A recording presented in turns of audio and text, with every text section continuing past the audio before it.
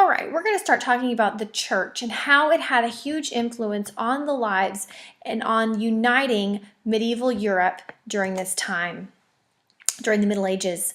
First of all, I just want to kind of briefly go over the influence of the church and what the church was able to do for Europe during this time. First of all, we talked about the weak governments, the weak central governments that happen in Europe with the feudalism and the feudal states and the Germanic states. The church is able to come in as a very powerful force. With all of those small feudal states and all of them being ruled under different nobles and different lords, there was one thing that everyone had in common, and that was the church. And so the church was able to come in and unite Europe under one common religion, which is Christianity. The idea for the church was for the Pope and the Emperor to come together and rule in harmony. And that was an idea put forth by Pope Gelasius. And this is a picture of him right here. But he came together and he said the Pope and the Emperor need to rule together in harmony. The Pope needs to handle everything religious. The Emperor needs to handle everything political. So that was the idea behind the powers of the nobles and the kings and the emperor and the power of the Pope. Well, those things start to get really fishy during the Middle Ages, and many disagreements arise between the church and the state, and we're going to talk about some of those. First of all, I just want to lay out some of the church structure for you. The Pope is the head of the church. He is the man making all of these decisions religiously for the Holy Roman Empire and for other states in Europe. Every king or emperor, it was to turn to the Pope for all things dealing with the church and religion. The clergy is just church officials. That's bishops and priests. Those are people who are carrying out the orders of the Pope. The church did have a system of law, a system of canon law, and that was just laws regarding religion and marriage and other ways of life. And they did have a justice system for that law. You could face excommunication from the church or being removed from the church if you were caught breaking any of these laws or you were not following them to the best of your ability. The sacraments, those are just important religious ceremonies, such as the sacrament of baptism and the sacrament of marriage and other sacraments that go with the church. These are just actions and ceremonies that pave the way for salvation, and they were just, the sacraments is what every good Christian was supposed to go through in order to gain salvation. So that's just kind of gives you how the church was set up. Okay, some of the problems that were going on in the church at the time, like we were talking about, the emperor, the idea is the emperor and the Pope are supposed to rule together in harmony, but that didn't always happen. Otto I was an emperor. He was after Charlemagne, and following in Charlemagne's footsteps, he wanted to rebuild the Holy Roman Empire that had kind of fallen apart after the death of Charlemagne. So he tries to rebuild, and he's able to kind of restore and regain some of that territory that was lost after Charlemagne's death. And so Otto I begins to build up the Holy Roman Empire. He invades northern Italy for the Pope, and the Pope ends up crowning him Holy Roman Emperor. But as the Holy Roman Empire starts to take foot and to get more and more power, the church starts to fear the power of the German emperors and the German princes. They start to worry that they're going to come in and have more power than the Pope. So that causes a conflict within itself. Also, the idea of lay investiture. This is the practice of kings and nobles appointing church officials instead of the Pope. So the king and the nobles on their manors are appointing their church officials and their bishops instead of the Pope. And so the Pope really thought that was his job to do that. And so Pope Gregory VII actually does put a stop to that practice. He and Henry IV get into some conflict and some blows about that whole situation. But you need to understand that was a conflict that the emperors and the Pope they were having, was that lay investiture and the idea that the emperor had control over the appointing of the officials. Well, after Henry IV goes to Pope Gregory and apologizes and submits himself in forgiveness, the Pope and Henry IV come up with the Compromise, which ends up becoming known as the Concordat at Worms, which was held at the German city of Worms, and it was just a compromise in which the Pope could appoint bishops.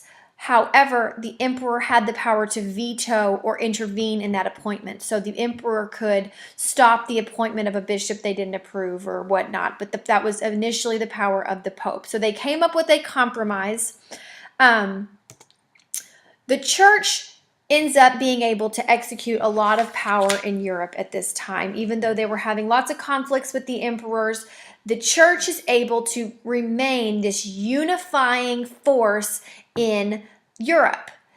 Number one, it's uniting people under one Christian faith. In this time of feudalism, after the Holy Roman Empire kind of fizzles out again, Germanic tribes go back and they turn into Germanic feudal states. And so Europe is pretty much made up of these individual feudal states. People were not unified under central government yet. So the church and the religion is the one thing that kept them all together. They were religious. They believed that the church held power, and they believed that their salvation lied in the church. So they all had this one power that they all looked up to, that they could agree was a central power, and that was the church. The church had a lot of power and had a lot of wealth. A lot of the nobles that would pass away would leave the church land in their will. So the church would own land, and they gained wealth through tithes. And tithes are just church taxes that are paid to the church every year by the people who would attend. So, and everyone would pay their church taxes, their tithes to the church, because they did believe the church was very closely related to salvation, and they did that. So the church ended up gaining a lot of power and wealth through these practices. So they were very prominent in society. And like we talked about with feudalism, bishops and clergymen are going to be just right up with nobles. So the church has lots of power and wealth. Another thing that's going to bring the church a lot of power is it's a center of learning at this time. The priests and church officials are pretty much the only people that can read and write, or the main people who can read and write, aside from nobles and lords. They are going to be kind of the place where new thought and new ideas are going to come out of, is the church, because this is where learning and questioning and thought is going to be taking place. So the church was able to establish power in. Okay, so we've talked about the church and the importance that it plays in the lives of the people in the Middle Ages, and how the church was able to produce a lot of the thought and education in the Middle Ages. And so I want to talk about a couple of the thinkers, the people who were coming out of the church, who were thinking and actually coming up with ideas and philosophy. The first is St. Thomas Aquinas. And St. Thomas Aquinas is famous for his book, the Summa Theologica. And the Summa Theologica basically provides a summary of Christian beliefs and talks about the works of Aristotle. The Summa Theologica is written around the same time that Muslim and Christians and Jewish scholars are over in the Islamic lands, and they're discovering all of these works of Aristotle and all of the Greek thinkers. Well, in St. Thomas Aquinas, he just wanted to show how Aristotle's teachings were not to be shunned, and they were not to be written off as not correct. He wanted to show that God created reasoning. Therefore, we should take Aristotle and what he offers as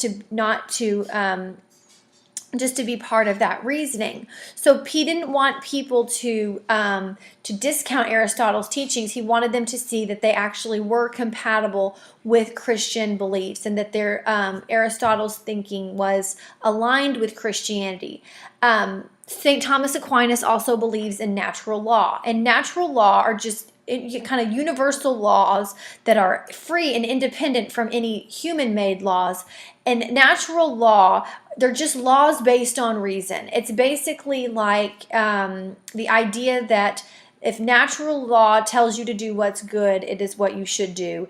And our reasoning is what this natural law comes from. So this idea stems back to, if the human laws are not serving the people, if the ruler is not serving the people, then by natural law, the people have the power to overthrow that ruler. So that's kind of where St. Thomas Aquinas gets a lot of his ideas, that if this natural law, and that people should use reason, and that reasoning was given by God so that it does align with Christian beliefs. Also, another thinker is St. Augustine. And St. Augustine, he lived about the time of the fall of Rome. So he lived in the early Middle Ages when it was beginning to start. And he writes in The City of God, he is asking why the barbarians are coming to sack the city, and why was God allowing that to happen. And he realizes that that people must put their faith in God and understand that the only city that can be eternal and untouched is the city of God, and that if people put their faith in God, then they will be rewarded. So that was St. Augustine's thoughts coming in the earlier Middle Ages.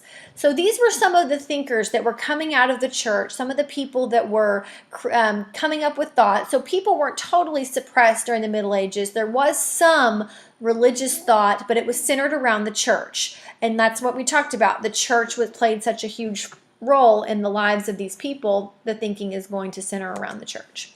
Okay, so here are some thinking questions. Why was the church such an important part of medieval life? We've talked about that in this video. Why was it?